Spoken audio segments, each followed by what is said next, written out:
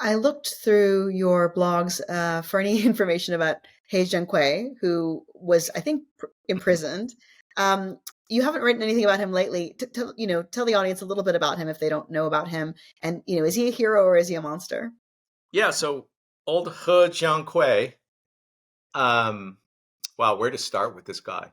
So, as with many people who uh, are crazy innovators, and he was trained in physics, in biophysics, and then Another one.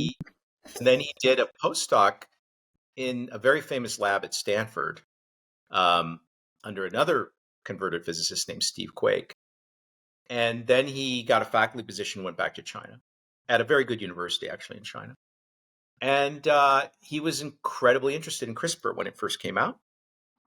He made some research agreements with some IVF clinics, and he edited, I want to say two or was it three baby girls in order to the edit that he tried to make, which was really a kind of single edit, was to a gene which, if you make the edit, confers resistance to HIV.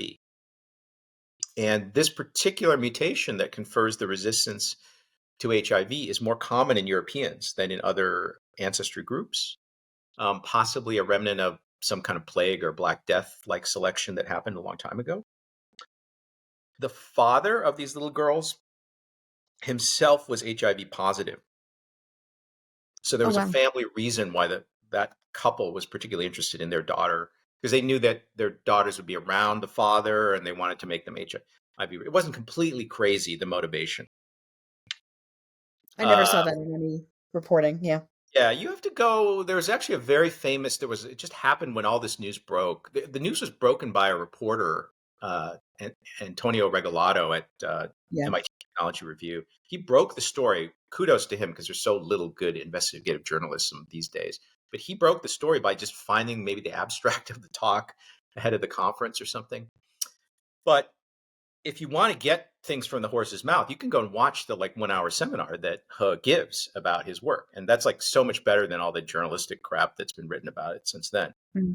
Um, so that's what I'm recounting to you from memory. But so they tried to make these edits. They might have actually not succeeded. That's the problem with the not imperfect efficacy and Mm. accuracy of the CRISPR tools.